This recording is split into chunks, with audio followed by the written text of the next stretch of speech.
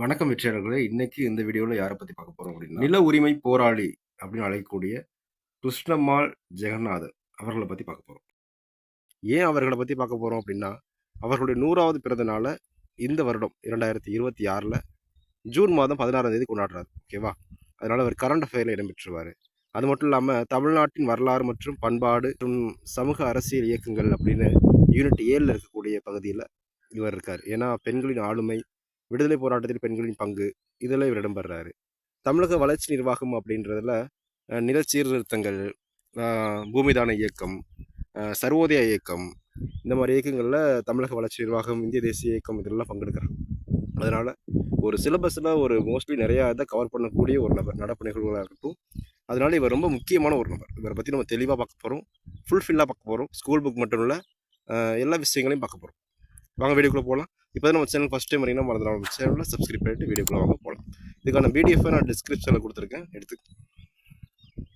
ஆக்சுவலாக இவரை பார்க்கும்போது விடுதலை படம் பார்த்துருப்பீங்க. விடுதலைனா இப்போ வந்துச்சு, வழி நெடுக காட்டு மல்லி, அதில் பார்ட் 2 வந்துச்சுல, அந்த படம் பார்க்குற மாதிரியே இருக்கும். ஓகேவா? அதில் வந்து விஜய் சேதுபதியும் அந்த ஹீரோயினையும் லவ் பண்ணுவாங்கல்ல, அதே மாதிரி தான் இவங்களுடைய லைஃப்பும் போயிட்டுருக்கும். சரி வாங்க அப்படி போவோம். ஓகே. 1926ஆம் ஆண்டு ஜூன் மாதம் 16ஆம் தேதி மதுரை மாவட்டம் நிலக்கோட்டைக்கு அருகே உள்ள ஐயங்கோட்டை அப்படின்ற கிராமத்தில் பிறந்த ஒரு காந்தியவாதி தான் கிருஷ்ணம்மாள் ஜெகநாதன் அவர்கள். பட்டியலின மக்கள் நில உரிமையாளர்கள் ஆவதற்காக பல்வேறு வழிகளில் செயல்படுறார். உங்கள் இனத்தில் இருக்கக்கூடியவங்க ஒரு நில உரிமையாளர் ஆகணுன்றதுக்காக பாடுபடுறார். ஓகேவா? இவரை பற்றி முக்கியமான குறிப்புகள்லாம் பார்க்க போகிறோம். அதாவது மதுரை அமெரிக்கன் கல்லூரியில் படிச்சிருக்கார். தமிழகத்தில் கல்லூரி கல்வி எட்டிய முதல் பட்டியலின பெண் என்ற பெருமை இவர் தான் பெற்றிருக்கார். அதாவது ஃபஸ்ட்டு காலேஜ் போன ஒரு பட்டியலின பெண் அப்படின்றது இவர் தான்.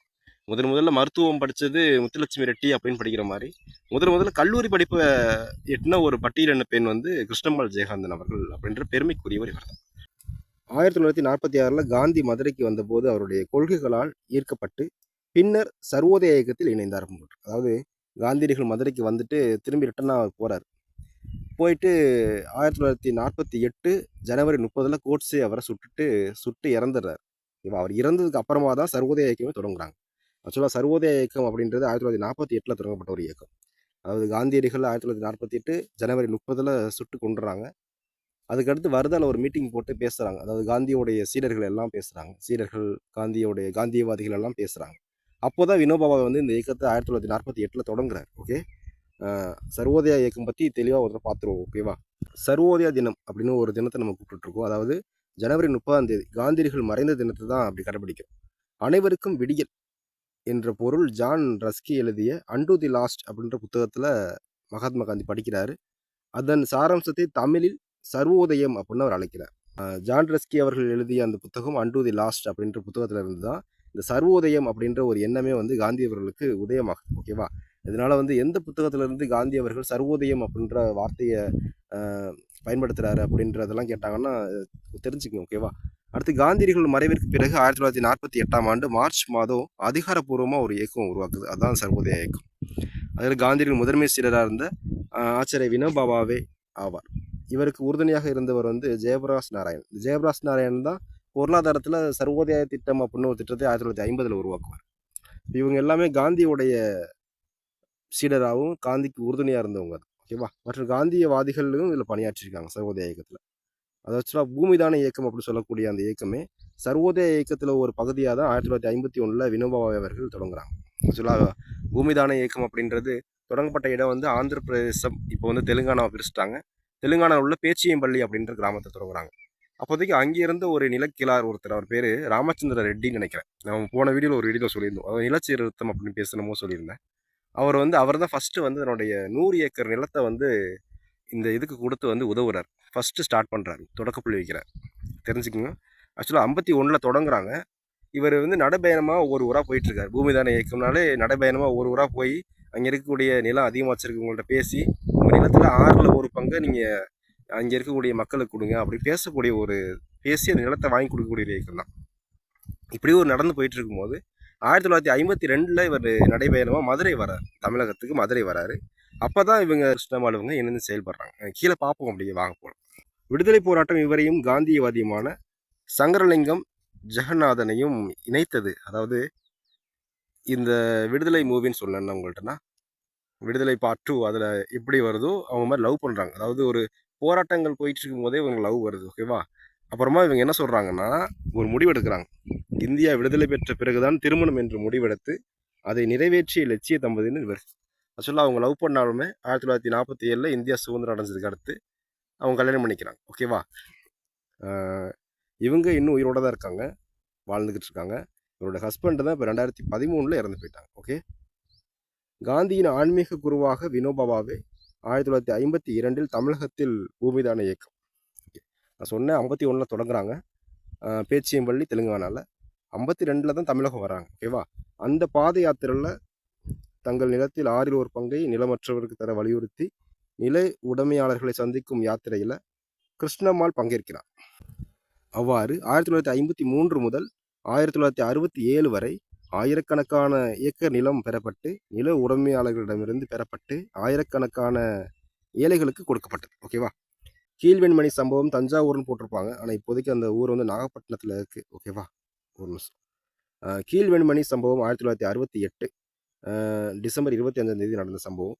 இது என்ன சம்பவம் அப்படின்றத கீழே பார்ப்போம். அதாவது ஒரு சம்பவம்னா பெரிய சம்பவம்லாம் இல்லை. அதாவது ஒரு வேலை பார்க்குறவங்க கூலியை உயர்த்தி கொடுங்க. கூலினா அப்போதைக்கு காசு இல்லை, நெல் தான் கொடுப்பாங்க. ஓகேவா? அரைப்படி நெல்லை உயர்த்தி கொடுங்க அப்படின்னு கேட்டதுக்கு ஒரு 44 பேர் பெண்கள் குழந்தைகள் எல்லாரையும் ஒரு குடிசைகளை வச்சு கொளுத்தி விட்டுருவாங்க நிலக்கிழார்கள். ஓகேவா? இதுதான் பிரச்சனையே. அந்த கமிஷனை விசாரிக்கிறதுக்காக ஒரு அப்போதைக்கு அண்ணா தான் முதலமைச்சராக இருக்காரு. அவர் வந்து ஒரு நீதிபதியை வச்சு ஒரு நபர் கமிஷன் அமைக்கிறார், அதாவது விசாரணை ஆணையம் அமைக்கிறார். அவர் பேர் கணபதியா பிள்ளை. ஓகேவா? இந்த பேரை மட்டும் ஞாபகம் வச்சுக்கோங்க. ஆக்சுவலாக இது நம்ம பேக்ரவுண்டில் பார்த்தோம்னா காமராஜர் ஒரு நில சீர்திருத்த சட்டம் கொண்டுருவார் 1961. அதாவது 30 ஏக்கருக்கு மேலே ஒருத்தர் வச்சுக்கூடாது அப்படின்ற மாதிரி. அது கூட இதில் ஒரு மூல காரணமாக இருக்கலாம். ஆனால் அறப்படை நெல் போராட்டம் அப்படின்றது தான் மிகப்பெரிய ஒரு மூல காரணம். அதாவது கீழ்வெண்மணி சம்பவம் நடப்பதற்கு உடனடியாக மற்றும் மூல காரணம் கூலி உயர்வு போராட்டம். தொழிலாளர்கள் தங்களுக்கு வழங்கப்பட்டு வந்த கூலியுடன் கூடுதலாக அறப்படை நெல் உயர்த்தி வழங்க கோரி ஒரு போராட்டம் பண்ணுறாங்க, கோரிக்கை வழங்குறாங்க. கூலியை உயர்த்தி கேட்டதற்காக பெண்கள் குழந்தைகள் 44 பேர் நில உடைமையாளர்களால் குடிசைகள் வைத்து எரித்து கொல்லப்பட்டனர். ஓகேவா? மறுநாள் காலையில் அங்கே சென்ற கிருஷ்ணம்மாள், இந்த டைம் கிருஷ்ணம்மாள் போகும்போது அங்கே கலைஞர் அவர்களும் போவாங்க. ஓகேவா? கருணாநிதி அவர்களும் செல்வார்கள். இது அவர்களை பற்றி பேசணும்னா அரசியலாக போகும். ஆனால் கிருஷ்ணம்மாள் அப்படின்றவங்க ஒரு பொது உடைமைவாதி, இவங்க போகிறாங்க. அடுத்து 48 ஆண்டுகள் அந்த பகுதியின் மேம்பாட்டிற்காகவே பாடுபடுறாங்க. ஓகேவா? விவசாய கூலிகளை நில உரிமையாளர்களிடம் ஆக்கமும் முனைப்புடனும் 1981 லாஃப்டி அப்படின்னு ஒரு இயக்கத்தை தொடங்குறாங்க. அதாவது லாஃப்டி அப்படின்னா land for the driller freedom. Driller அப்படின்னா உழுகுறவங்களை பிடிக்குது. ஓகேவா? உழுகிறவங்க. ஓகேவா? உழுபவருக்கே நிலம் சொந்தம், அதாவது உழுபவருக்கே நிலம் அப்படின்ற இயக்கத்தை இந்த தம்பதியினர் தமிழகத்தில் தொடங்குறாங்க. அதாவது இவர் மட்டும் அவங்கள இவங்க ஹஸ்பண்ட் அண்ட் ஒய்ஃப் 2 பேரும் சேர்ந்து தொடங்குறாங்க. ஓகேவா?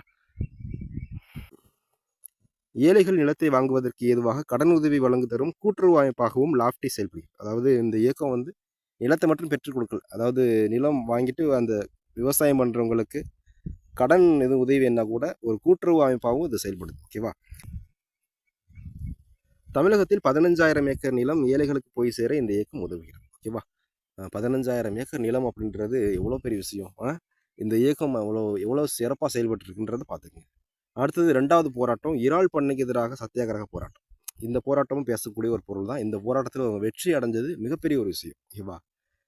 இறால் பண்ணை அப்படின்றது அப்போதைக்கு அந்த இதுவும் நாகப்பட்டினம் அந்த சைடில் உள்ள போராட்டம் தான். ஆக்சுவலாக இவங்க போராட்டங்கள்லாம் தஞ்சாவூர் நாகப்பட்டினம் அந்த சைடில் தான் இருக்குது. எதுக்குன்னா, அதாவது விவசாயிகள்கிட்ட நிலத்தை பெற்று அந்த கடற்கரை ஓரங்களில் இறால் பண்ணை அமைக்கிறாங்க. இதனால் என்ன பாதிப்பு அப்படின்றத ஃபஸ்ட்டு பார்த்துக்குங்க. நிலத்தடி நீர் பாதிக்குது. அதாவது இறால் பண்ணைக்காக உவர் நீர், அதாவது கடலில் உள்ள உப்பு நீரை பயன்படுத்துறதுனால சுற்றியுள்ள விவசாய நிலங்களுக்கு நிலத்தடி நீர் உப்பாக மாறிடுது. இதனால் மக்கள் குடி தண்ணி கூட ரொம்ப அவதிப்படுறாங்க. அடுத்து பார்த்தீங்கன்னா விவசாய நிலம் அழிப்பு. அது வளமான நெல் விளைந்த நிலங்கள் இறால் குட்டைகளாக மாற்றப்படும் போது இதற்கு அந்த நிலங்கள் நிரந்தரமாக விவசாயத்திற்கு தகுதியற்றதாக மாறிடுது. அதாவது இது வந்து வேற. கேரளாவில் ஒன்று பயன்படுத்துவாங்க. அதாவது கேரளாவில் ஒக்கப்போலி அப்படின்னு சொல்லிட்டு இந்த நெல் விளைக்கிறதுக்கு முன்னாடி இறால் அந்த இடத்துல வளர விடுவாங்க, அதாவது வளர்ப்பாங்க. அது தண்ணி வேற, இது வந்து கடல் தண்ணி, அந்த தண்ணி வேற. ஓகேவா? அது நீங்கள் குழப்பிடக்கூடாது. சரியா? இது வந்து உப்பு தண்ணியை பாய்ச்சி இறால் வளர்த்துட்டு அப்புறம் அங்கே போய் பயிர் விளைச்சா எப்படி விளையும்? அந்த உப்பு தான் படிஞ்சிருக்கும் வந்து நிலம் பூரா. ஓகே தானே? புரியுதுல்ல?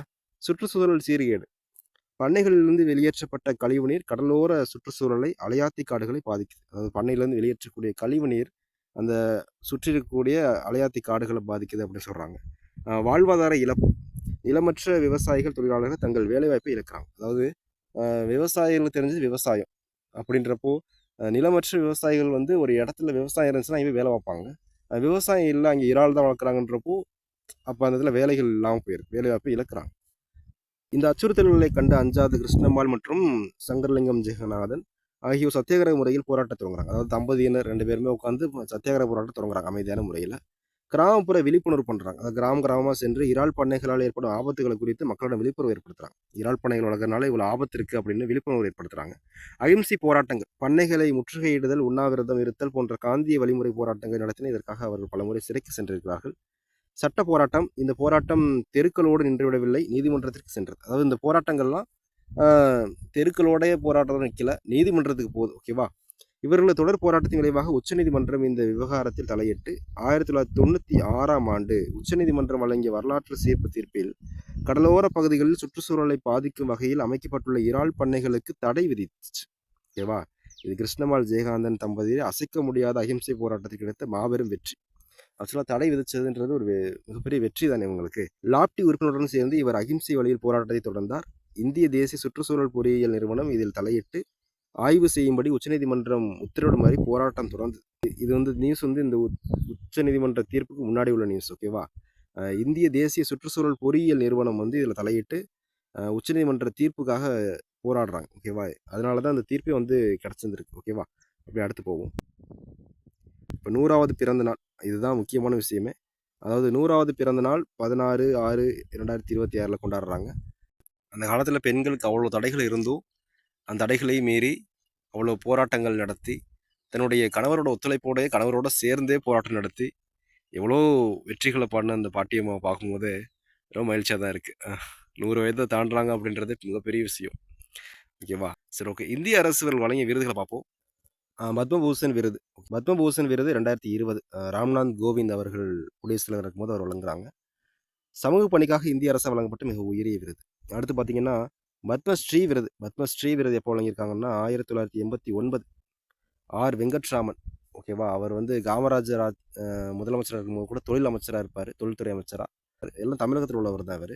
இந்தியாவில் 4வது உயரிய குடிமகன் விருதான பத்மஸ்ரீ விருதை 1989 வழங்கியிருக்கார். இவர் கிருஷ்ணம்மாளுக்கு வழங்கியிருக்காரு. அடுத்து பாருங்க, ஜம்னலால் பஜாஜ் விருதுன்னு போட்டிருக்காங்க.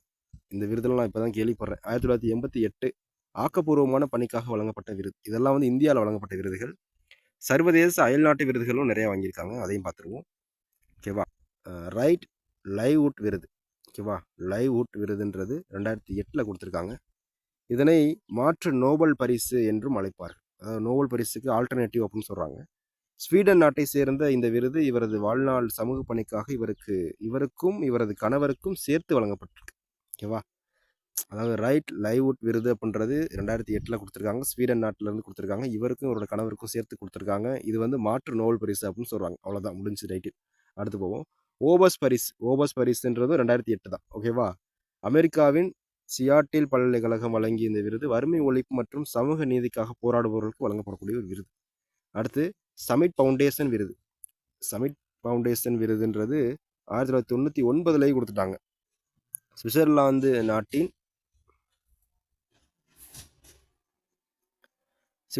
நாட்டை சேர்ந்த இந்த விருது சுற்றுச்சூழலை பாதுகாப்பதற்கு ஆர்வம் காட்டி அர்ப்பணிப்புக்கு வழங்கப்படுகிறது. சுற்றுச்சூழல்லாம் அந்த இறால் பண்ணைகள்லாம் அமைக்கக்கூடாதுன்னு சுற்றுச்சூழலுக்காக தானே போராடினாங்க. இப்போ கொடுத்தானே ஆகணும், கொடுக்கணும்ல. சுவிட்சர்லாந்து நாட்டை சேர்ந்த இந்த விருது சுற்றுச்சூழலை பாதுகாப்பதற்காக அவர் காட்டிய அர்ப்பணிப்புக்காக வழங்கப்பட்டது. ஓகேவா? இந்த வீடியோ உங்களுக்கு பிடிச்சிருந்துச்சுன்னா, பயனுள்ளதாக இருந்துச்சுன்னா லைக் பண்ணுங்கள், உங்கள் நண்பருக்கு ஷேர் பண்ணுங்கள், சப்ஸ்கிரைப் பண்ணுங்கள். சப்ஸ்கிரைப் பண்ணாதவங்க கண்டிப்பாக சப்ஸ்கிரைப் பண்ணுங்கள். நம்ம சப்ஸ்கிரைபர்ஸ் எல்லாருக்கும் நன்றி. ஓகேவா? மேலும் இது போன்ற தகவல் உள்ள பயனுள்ள வீடியோவை நான் உங்களுக்கு கொடுத்துக்கிட்டே இருப்பேன். ஏதாவது டிஎன்பிசி சம்மந்தமாக அப்டேட்ஸ் வந்துச்சுன்னா அதை டெலகிராமில் சொல்லுவேன். கரண்ட் அஃபேர்ஸாக இருந்தாலும் டெலகிராமில் சொல்லுவேன். அதனால் டெலகிராம் சேனல் லிங்க் டிஸ்கிரிப்ஷனில் கொடுத்துருக்கேன், சேர்ந்துக்குங்க. இதோட பிடிஎஃப் என்னோட பிளாகரில் கொடுத்துருக்கேன், டெலகிராம்லையும் கொடுத்துருக்கேன். கீழே பிடிஎஃப்ன்ற லிங்க் இருக்குது, டச் பண்ணுங்கள். இல்லைனா பிளாகர் அப்படின்ற லிங்கை டச் பண்ணாலும் அது கீழே ஸ்க்ரோல் பண்ணிட்டே போனீங்கன்னா கீழே பிடிஎஃப் இருக்கும். ஓகேவா? பிடிஎஃப் இல்லைன்னு நான் சொல்லிட்டு வெளில வந்துடாதீங்க, கீழே தான் பிடிஎஃப் இருக்குது. ஓகேவா? நன்றி தோழா, பாய்.